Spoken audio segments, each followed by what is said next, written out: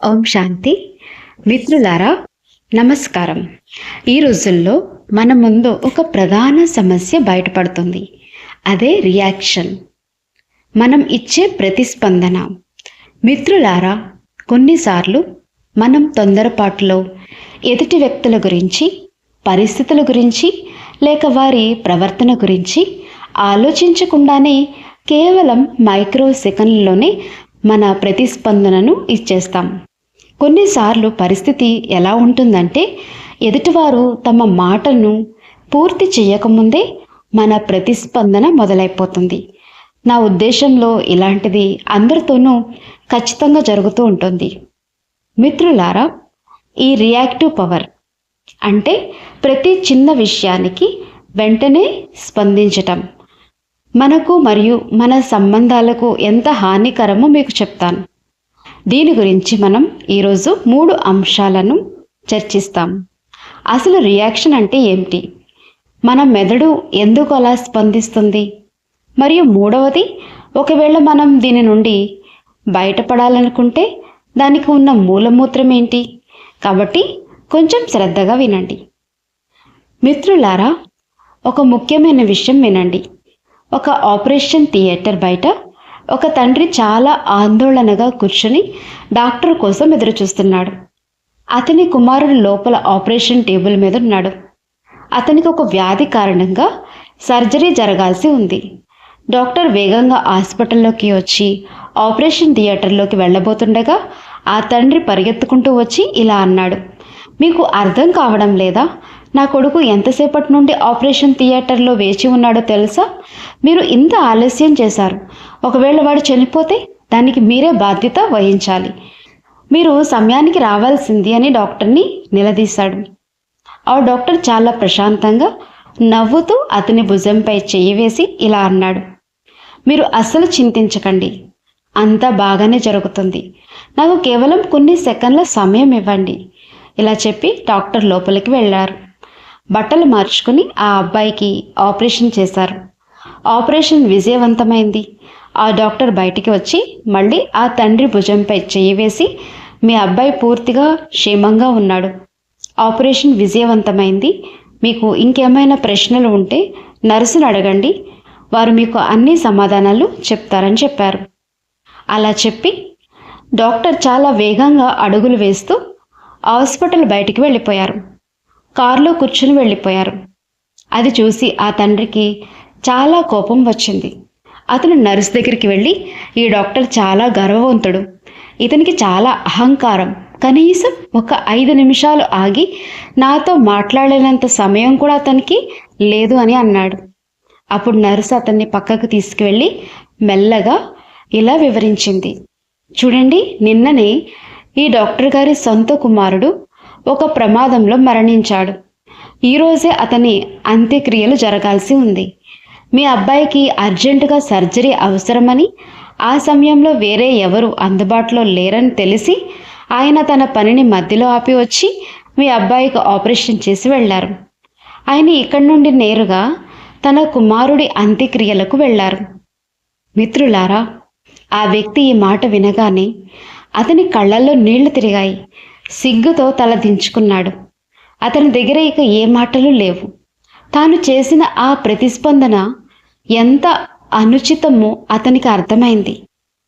మిత్రులారా, ఇలాంటి పరిస్థితులు కొన్నిసార్లు మన జీవితంలో కూడా ఎదురవుతూ ఉంటాయి.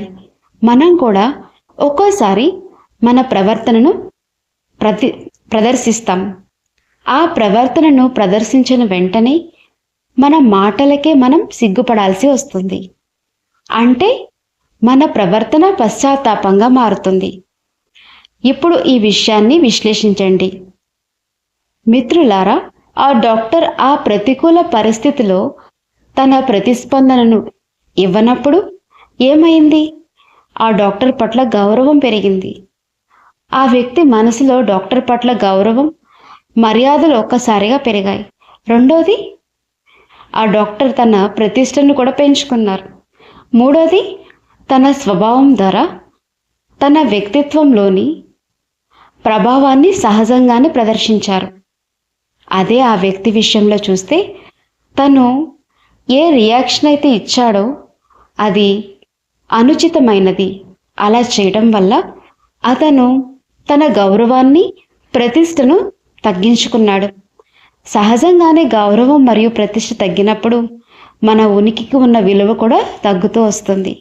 ఫ్రెండ్స్, కొన్నిసార్లు మనం ఇలాంటి అనుచితమైన ప్రతిస్పందనలు ఇచ్చినప్పుడు మన స్వభావం వల్ల, మన ఆలోచనల వల్ల మనమే ఇబ్బంది పడాల్సి వస్తుంది. దానివల్ల మన జీవితంలో పశ్చాత్తాపం, అపరాధ భావం కలుగుతాయి. మనకు ఏమీ అర్థం కాదు. ఇలాంటి క్లిష్ట పరిస్థితుల నుండి మనం ఎలా బయటపడాలో కూడా తెలియదు. అందుకే ఫ్రెండ్స్, రియాక్షన్ను చాలా ఆలోచించి మాత్రమే వాడాలి. ఫ్రెండ్స్, నిజానికి ఈ రియాక్టివ్ బిహేవియర్ మన జీవితంలోని సంబంధాల్లో, మన కుటుంబంలో, మన ప్రొఫెషనల్ లైఫ్లో, మన సోషల్ సర్కిల్లో సంబంధాల్ని పాడు చేయడానికి, వాటిలో మనస్పర్ధలు తీసుకురావడానికి, గొడవలకు, చివరికి కొన్నిసార్లు కుటుంబాలు విడిపోవడానికి కూడా ఒక ప్రధాన కారణం అవుతుంది. ట్రాఫిక్ని తీసుకుందాం. ఈ ట్రాఫిక్లో కొందరు వ్యక్తులు ప్రశాంతంగా ఉంటారు, మరికొందరు మాత్రం చికాకు పడతారు, లేక విపరీతమైన కోపానికి గురవుతారు. ఎందుకంటే వారు ఆ పరిస్థితిలో సరైన నిర్ణయం తీసుకోలేకపోతారు.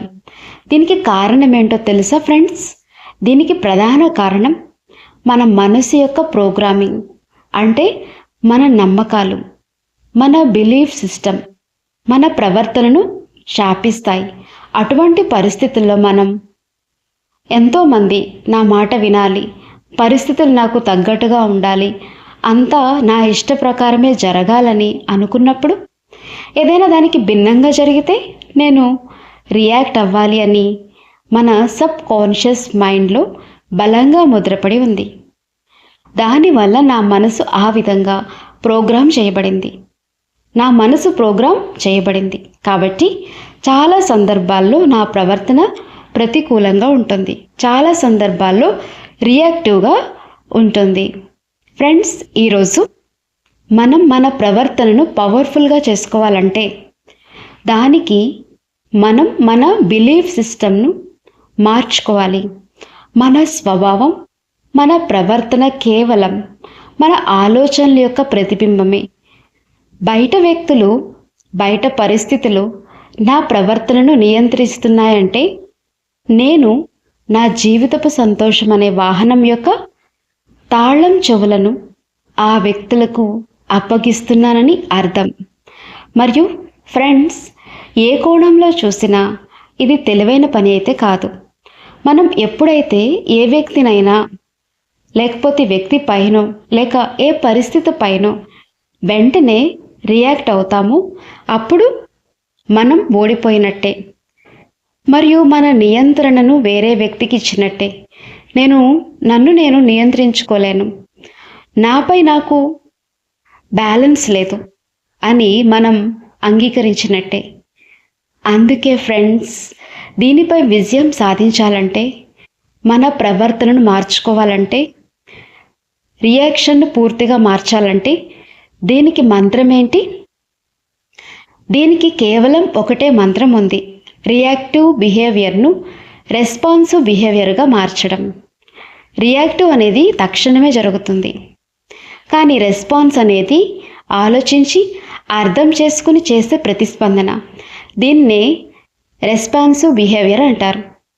మిత్రులారా, దీని అర్థం మనం ఎవరైనా తప్పు చేస్తుంటే దాన్ని అలాగే భరిస్తూ ఉండిపోవాలని కాదు ఫ్రెండ్స్.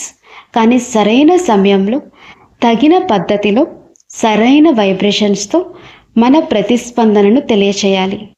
ఆ ప్రతిస్పందన ఎలా ఉండాలంటే అది నా మనసుపై ఎటువంటి ప్రభావం చూపకూడదు. ఇదే రెస్పాన్సివ్ బిహేవియర్. దీనికోసం మీరు కేవలం ఒక విషయాన్ని మాత్రమే గుర్తుంచుకోవాలి. అది మీ మనసులోని సంకల్పాలలో మీరు ప్రతిస్పందించే కంటే ముందు ఒక చిన్న విరామం లేక గ్యాప్ తీసుకురావటం. ఫ్రెండ్స్, మనం ఆలోచించి అర్థం చేసుకొని ప్రతిస్పందిస్తాం. అంటే ఏదైనా ప్రతికూల పరిస్థితి ఎదురైనప్పుడు మనం ఒక పాజ్ తీసుకుంటాం, కొన్ని సెకండ్ల పాటు. ఆ పరిస్థితిని విశ్లేషిస్తాం. అంటే ఆ వ్యక్తి ఏ పరిస్థితిలో ఏ విధమైన ఆలోచనలతో ఈ ప్రవర్తన ప్రదర్శించాడో అని ఆలోచిస్తాం. అలా చేసినప్పుడు మనం ఎప్పటికీ రియాక్టివ్ బిహేవియర్ను ప్రదర్శించాం. మన ప్రవర్తన రెస్పాన్సివ్ బిహేవియర్గా మారిపోతుంది. ఇదే మన శక్తి, ఇదే మన గొప్పతనం.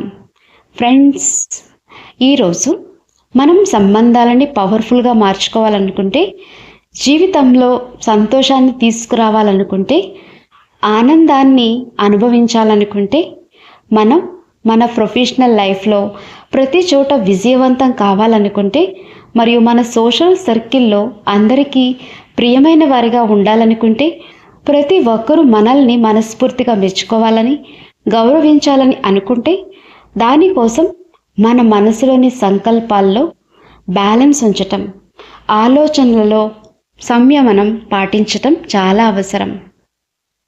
ఒకవేళ ఈ 21వ శతాబ్దంలో మనం దీన్ని మాస్టర్ చేయగలిగితే మన కోపం నుండి పూర్తిగా విముక్తులవుతాం. ఫ్రెండ్స్, మన జీవితం సంతోషంతో, ఆనందంతో నిండిపోతుంది. సంబంధాల్లో మాధుర్యం ఉంటుంది మరియు విజయం మన వెనక నీడలాగా వస్తుంది. కాబట్టి ఫ్రెండ్స్, 2 రోజుల పాటు దీన్ని ప్రాక్టీస్ చేయండి. 2 రోజుల పాటు ట్రై చేయండి. అందరూ కూడా నా ప్రకారం ఉండనక్కర్లేదు, పరిస్థితులు నా ప్రకారం ఉండక్కర్లేదు, కానీ నా మనసు మాత్రం నా ప్రకారం ఉండాలి. నేను అందులో రియాక్ట్ అవ్వను. ఫ్రెండ్స్, ఈ చిన్న చిన్న విషయాలు మన జీవితంలో పెద్ద మార్పును తీసుకురాగలవు. ఒకవేళ మీ మనసులో ఇటువంటి విషయాలు ఏవైనా ఉండి మీరు అడగాలనుకున్న మీ మనసులో ప్రశ్న ఉంటే తప్పకుండా అడగవచ్చు. ఓం శాంతి.